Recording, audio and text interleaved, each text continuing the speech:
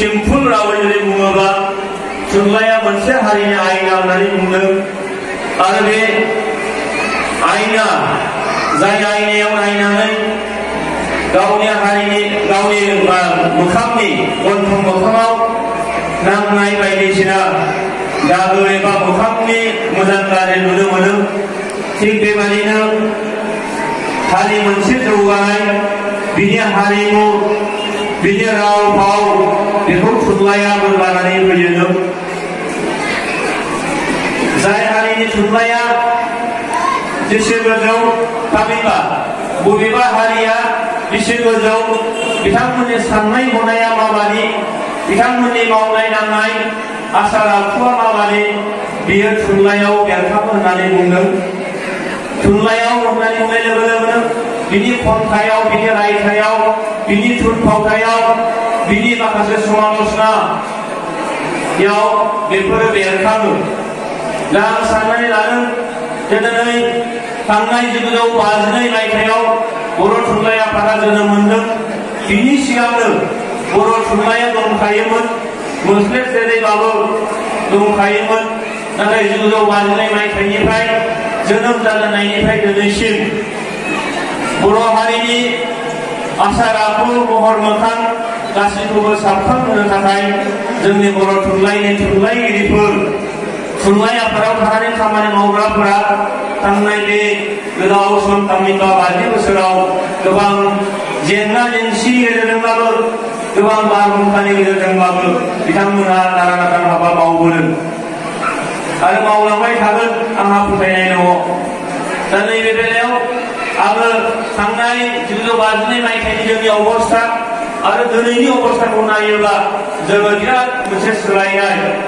जोंनि राव फाव आसार आखु जोंनि थुनलाइनि जे स्टेन्डार्ड थुनलाइनि जे मानदान्दा बेयो जोबोद गोजौआव फैबाय जों बेयावनो हमनो हायो जे जोङो मोनसे समाव 1963 मायथाइयाव बर' रावखौ जोङो स्कुलाव थिसनजेनदोंमोन एलपि स्कुलाव फैयै फैयै दिनै बे इउनिभार्सिटि लेभेल मोनफैबाय इउनिभार्सिटि लेभेलाव दिनै जों मास्टार डिग्री खालामफैनो हायो बर' रावजों आरो दिनैहाय बर' रावनि जोङो डक्टरेट खालामफैनो हायो दिनैहाय बिजिरसंनानै डक्टरेट डिग्री मोननो हाफैयो दिनै जोंनि थुनलाइनि गेजेरजों थुनलाइ सोरजिनानै गोबाङा दिनै साहित्य एकाडेमि बान्था मोननो हाफैबाय जोंनि गेजेरावनो टेगर बान्था बर' थुनलाइ आफादानो दिनै रामसार बान्था बायदिसिना बान्थाखौ दिनै जोंनि गोबां गेदेमाफोरा मोननो हाफैबाय दा होमबा जोङो बुंनो हासै जे दिनै बर' रावा दिनै मोस्लेब नंलिया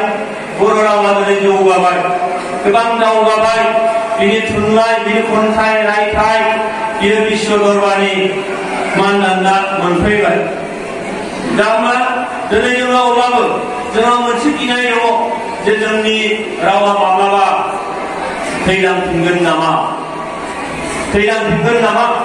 नाथाय मानगोनां रायजो राजा नोंथांमोन सानसुमै नोंथांमोन दिनै सानसुमैफ्रा बुंदों जाय हारिया दिनै लिरनाय आखराव दंसै जाय हारिनि रावा दिनै फरायनाय फरायसालियाव फरायजाबाय इउनिभार्सिटि मोनहैबाय बे रावा मालाबाबो थैनायाव गैलिया मानोना बेहा दिनै रेकर्ड खालामबाय बिजाब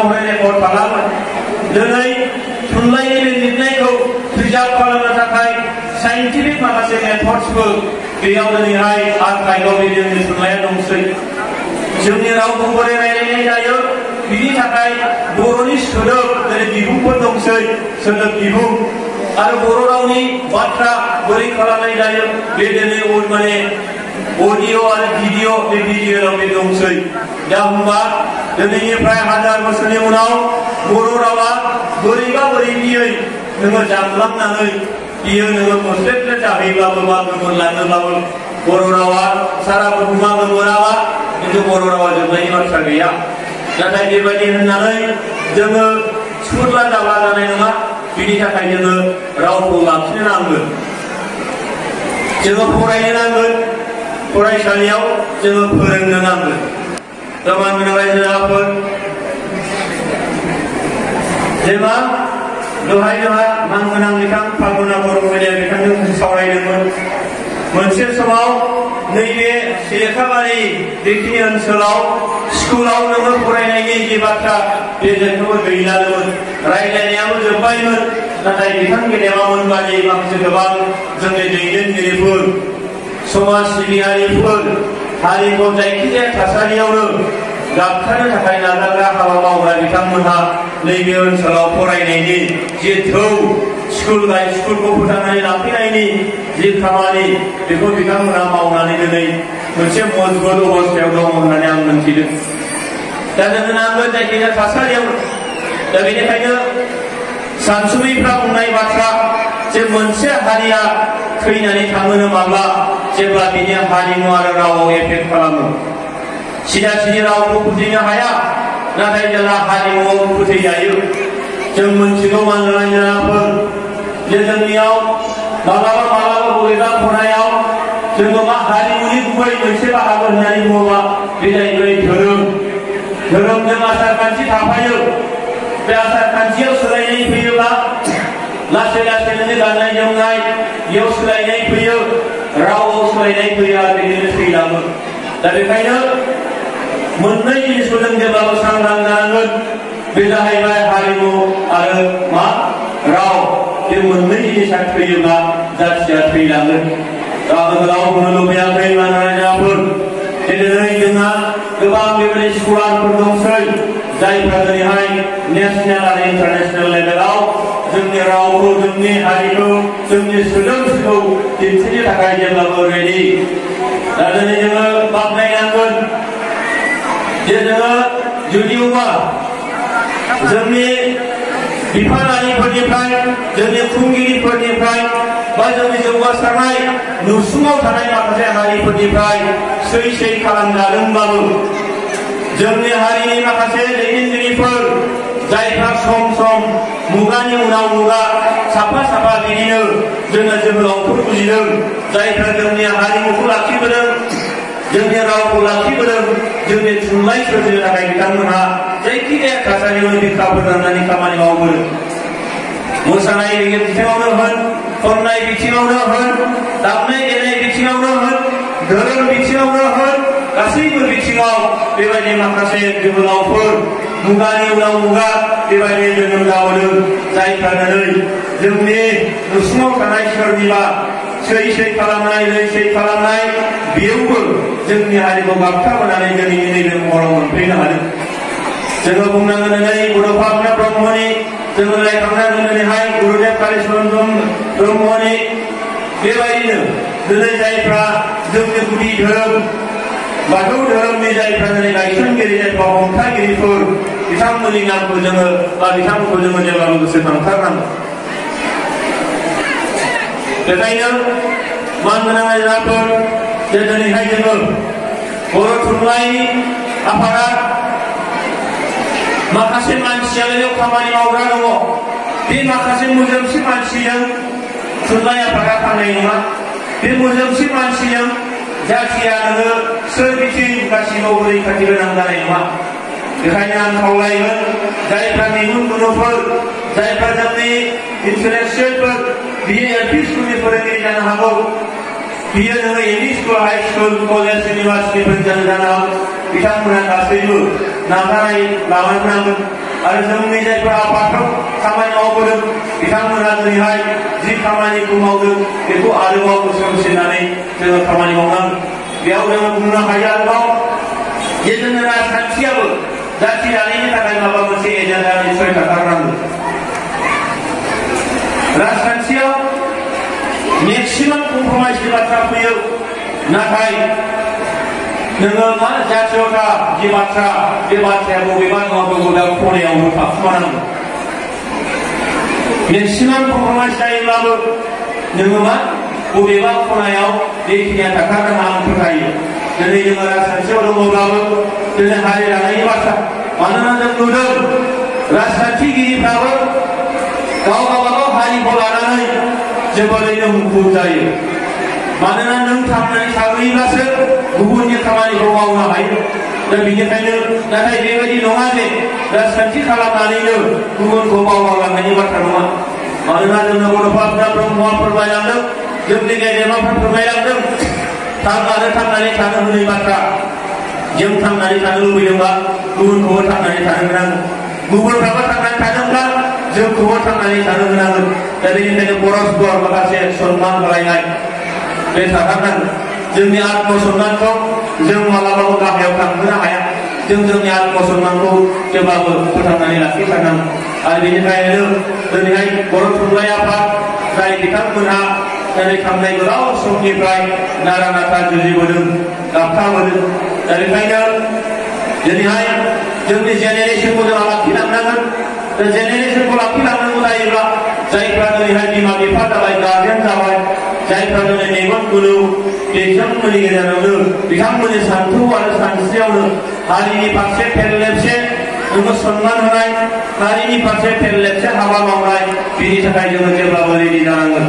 बेनि थाखाय जों जेब्लाबो रेडि जानांगोन ओंखायनो मानगोनां रायजोफोर आं गोलाव बुंनो लुबैयाखै आंना खामानिया जास्ट बेखेवनानै होनायल' आं बेखिनियाव बेखौनो बुंदों जे दिनै जोङो हारिखौ लानानै गोहोम खालामनो हानांगोन दा जों नुयो गोबाङावनो जे जोंहा इनफेरियरिटि कमप्लेक्सआव गोग्लैयो जोङो इनफेरियरिटि कमप्लेक्स जे जोंनिया रावजोंबो एक्सेप्ट खालामजानाय नङा खोमा मालायफ्रा जोंनिखौ मोजां मोननाय नङा खोमा जोङो गुबुननि रावखौ रायलायनो बिराद मोजां मोनो नाथाय गावनिखौ जों खोमानानै लायो दिनै इस्राएलनि जुगाव दिनै इलेक्ट्रनिक्स मिडियानि जुगाव इलेक्ट्रनिक्स बे जुगाव दिनै जोंनि रावफ्रा लासै लासै गोमालांनो नागिरदों नोंथांमोनाहाय दिनै जोंनि न'खरफ्राव टिभि दंसै टिभि जाय टिभिखौ नायनानै कार्टुन नायनानै बिमा बिफाया फंसेबो हिन्दी रोङाबाबो दिनै जोंनि गथ'फ्रा बिराद मोजां हिन्दी रायलायो दा बे गथ'फ्रा मा खालामो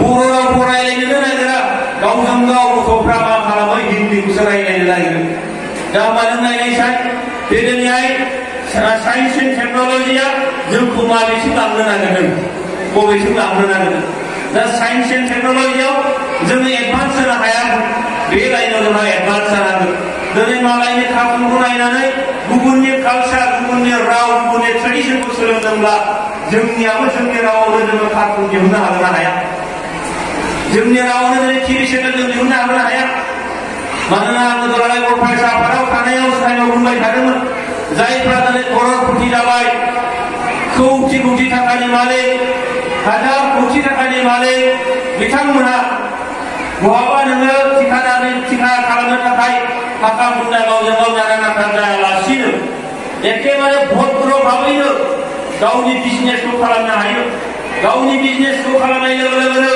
बियो मिथिस्लाबा जासे जाथि सिबिनाय जायो बेखायनो जोंनो दिनै इलेक्ट्रनिक्स मिडियानि दरकार जादों दिनैहाय इलेक्ट्रनिक्स मिडियानि आरो जाय मिडियायानो जोंखौ मा खालामदों फुराफुरि जाथि नाङैनो खेबसेनो 15 लाख 20 लाख 25 लाख बर'फोरखौ उग्रबादियाव नोङो मोनसे लेभेल होदों आंहा गोसोआव दंबाय थायो रिंखांबाय थायो गोसोआव जे थांनाय 2015नि जोङो नभेम्बरनि 10 तारिख दिल्लीयाव जोङो धरना होनो थांदोंमोन बे धरना होनो थांनायाव जोङो गान्धी पिस फाउन्डेसनाव थाहैदोंमोन दुलाराय बर' फरायसा आफादा दा जोंनि बे समनि आफादगिरि दानि बिटिआरनि चिफ प्रमद बर' बिथाङा एबसुनिबो आफादगिरि बिथाङा बुंबाय जे नोङो गाहायाव थांनानै जों गोजौनि थालायाव थादोंमोन गाहायाव थांनानै सासे मेडाम दङ बेयाव रुम बुक खालामनो थाखै माबा रुम बुक खालामनो थां दायो मिटिं दं मोनसे हलखौ बुक खालामहैनांगौ बुकिं खालामनांगौ फैसा लानानै थांबाय आङो थांनानै मेडामजों रायलायबाय मेडाम जोंनो दायो मोनाबिलि 6 बाजियाव जोंनो मिटिं हलखौ नांगौ बिनि थाखाय बुक खालामनो फैदों बिथाङा अब्ला जों नायबाय नायनानै बुंबाय नोंथाङा बहानि आं बुंबाय आसामनि मा हारि होनना सोंबावबाय आं खोन्थाबाय बर' अब्ला बिथाङा लासैनो बुंबाय बर'खौ जों गियो अब्ला आङो गोमोबाय बिथांखौ मेडाम मानो बिदि बुंदों मानो गिखो आं नोंथाङा गिथावनाव नुदों नामा आंनि महरखौ आं नोंथांखौ माबा दाबि धमखि होनानै रायलायदों नामा बिथाङा बुंबाय रायलायाखै नोंथाङा बिराद भद्र भाबैनो रायलायदों अब्लालाय मानोथो गिखो नोङो बर'खौ आंखौ मानो गिखो अब्ला बिथाङा बुंबाय बर'फ्रा मानसि दानथारो, बर'फ्रा अमा होयो, बर'फ्रा मानसि गावथारो आरो फांसे बारायनानै बिथाङा बुंबावबाय बर'फ्रा मानसि जायो। आसरित मोनबाय आङो, मेदामनो बोरै बिदि इलेक्सन होनो हाखो, बोरै दाय होनो हाखो जोंखौ? अब्ला बिथाङा बुंबाय मानो खौरां बिजों नायब्लानो माथो बर' उग्रबादि, खौरां बिजों नायब्लानो माथो बर' आगावारि, बर' एक्सट्रिमिस्ट, बर' मिलिटार मानसि गावथारनाय बुथारनाय नुयो। बेनिखायनो जोंना बर' होननाय सोदोब खोनानाय लोगो लोगोनो जोंना बिखा बिखो समखिखाङो, जों गिनाय मोनो। अब्ला आङो रुबुक खालामनो थांनाया बिथांखौ बुंनांबाय, आधा घन्टासो आं बुजायनांबाय जे मेडाम जोङो आसामाव एखेबारे बर' रायज्लायथारग्रा मानसिफ्रा गैयाबाबो 15 लाखसो दङ आरो माखासे भाषा रायज्लायनो रोंनाया गासैखौबो लानानै जोंना 25 लाखसो जागोन। बिनि गेजेराव सिलाय हमनोबा हाथियार दैनानै आन्दलन खालामनोबा बियो 3,000नि बारा, 3निफ्राय 4,000सो जागोन जाथारोब्ला। दा बे 3-4,000नि बर'फोरनि माबा मोनसे खामानि मावनायजों नोङो बोरैहाय बे 25 लाख बर'खौ बोरै नोंथाङा उग्रबादि होननो हाखो? आरो जोंनि सिलाय हमनाया सोरखौबा बुथारनो गावथारनो नङा, जोंनि सिलाय हमनायनि खारन दङ। हमनांनो जोङो बाध्य जादों, जोंखौ कम्पेल खालामनो कम्पालसनाव गोग्लैदों, जायनि थाखायसो जोङो बेबायदि खालामनांगौ। सोरखौबा बुथाराखै, जोंनानो दिनै गैयाबाबो 5निफ्राय 6,000 मानसिया बुथारजाबाय, गावथारजाबाय। बे खौरांखौ नोंथाङा मिथिगौना मिथिया? बिथाङा बुंबाय आं मिथिया। मानो मिथिया? बेखौबो मिथिनांगोन नोंथाङा। नोंथाङा बबे मिडियानिफ्राय मिथिनाय? आसामाव सोरनि मिडिया सोलिदों बे रायजोआव? सोरनिबाथ' सोलिदों, जोंनिथ' सोलियाखै। अब्ला आं जेब्ला बे बाथ्राखौ गोलावै बुङो, बिथाङा सरि बिदों, सरि आंनियाव मिसकनसेपसन दङमोन, पारसेपसना थिग नङामोन, आंना कनसेपसना गोरोन्थिमोन। दिनै नोंथाङा बुंनायखाय आङो बुजिबाय आरो आं मालाबाबो नोंथांखौ गोरोन्थि सानलिया। नाथाय नोंथांमोना खामानि मावनांगौ दं, बे जाहैबाय खौरां बिजोङाव नोंथांमोना जायगा लानांगौ, थुनलाइनि फोथाराव जायगा लानांगौ, एक्सप'जार नांगौ नोंथांमोननो गुबुन गुबुन बिथिङाव खामानि मावनो। सिलाइजों खोमोरनो हानाय नङा, नाथाय थुनलाइजों हागोन, हिंसाजों नङा अहिंसाजों हागोन। बेनिखायनो नोंथांमोना खामानि मावनांगौ। आं अब्लानो बुजिबोदों, बे गान्धी पिस फाउन्डेसननि सासे मेडामखौ आङो लोगो मोननायखाय, बिथाङा बुंनानै लानायखाय आं बिथांखौ बुजायनो हाबाय। सारा भारतआव गासै 135 कोटि मानसि दङ, बिनिनो हयथ' 50निफ्राय 60 कोटिसो मानसिया खौरां बिजोंजों सोमोन्दो दङ। बिनिनो हयथ' गासिबो नंजोबाबाबो 20निफ्राय 30 कोटिसो मानसिया बर'फोरखौ नोङो उग्रबादि होननानै मिथिगौ, मानसि जाग्रा होननानै मिथिगौ, मानसि गावथारग्रा होननानै मिथिगौ। दा बैखौ जों बोरै खोमोरगोन? बोरै खोमोरगोन जों? बिथांमोननि मोनबे जोंनि फारसे गाज्रि साननाय, बे गाज्रि साननायखौ जोङो बोरैहाय गैया खालामगोन? दा गैया खालामनांगौ जायोब्ला गोबां माखासे राहाफारिफोर लानांगोन। आरो बे राहाफारिफोरनि गेजेरावनो नोंथांमोना मिथिगौ दिनैहाय जोंनि 3थि बर'फोरजों दिनै भारत सरकार सरकारजों 3थि गोरोबथा जादों। 3थि गोरोबथा, जाय गोरोबथानि गेजेरजों जोंनि गेजेराव जोंनि ओनसोलाव गोजोन थासारि फैबाय आरो बे गोजोन थासारिखौ जोङो अरायनि थाखाय लाखिलांबाय थानो हानांगोन। अरायनि थाखाय जोंनि गेजेराव दिनै हाथियारनि जि बाथ्रा, बे हाथियारा दिनैहाय गैथ'लिया, जोंनि आन्दलना गैथ'लिया। दिनै मेलेमनि दावहा नांगोन, मेलेमनि दावहा नांगोन। मेलेमनि दावहाजों लोगोसेयैनो जोंनि हारिमुखौ जों दिन्थिलांनांगोन। जोंनि दानाय लुनाय, आसार आखु, गाननाय जोमनाय, जानाय, बेफोरखौ जोङो खोन्थानांगोन। आरो बेफोरखौ खोन्थानांगौबा दिनै जों मालायनि मिडियायाव सोनारनानै थाबा जानाय नङा। जोंहाबो इलेक्ट्रनिक्स मिडिया नांगोन, जोंहाबो मोजां ससियेल मिडिया नांगोन, बेयाव मोजां मानसिफ्रा बाहागो लानांगोन। ससियेल मिडियायाव नायब्ला नुगोन मालाबा बिराद माने जाथिखौ गोजौआव फोजौनायनि नागारै गाज्रि गाज्रि जिनिसखौ आमलायगोन ससियेल मिडियायाव। माने बहाबा गाज्रि जाथायखौबो लिरनानै होयो, बे बर' लाइमोनानो फोसावदों, बेयाव बर' आइजो, बर' कमिउनिटि लिरनानै होदों बे ससियेल मिडियायाव। गाननाय जोमनाया बर'नि, महर मोखाङा बर'नि, लिरनानैबो होबावबाय बर' माने आइजोफोर ओरैबायदि गाज्रि खामानि मावदों। दा बियो जाथिखौ फोजोबनाय जाखो ना जाथिखौ गाहायाव लाबोनाय जाखो? मानोना ससियेल मिडियायाव नोङो आपल'ड खालामनाय लोगो लोगोनो बियो जुग जुग बोसोर थागोन। दिनैनिफ्राय मानसि माहारिया जोबस्राङो माने बे ससियेल मिडियायाव बे थाबायानो थागोन। दा बेनिखायनो दिनै जोङो सांग्रां जानांगोन।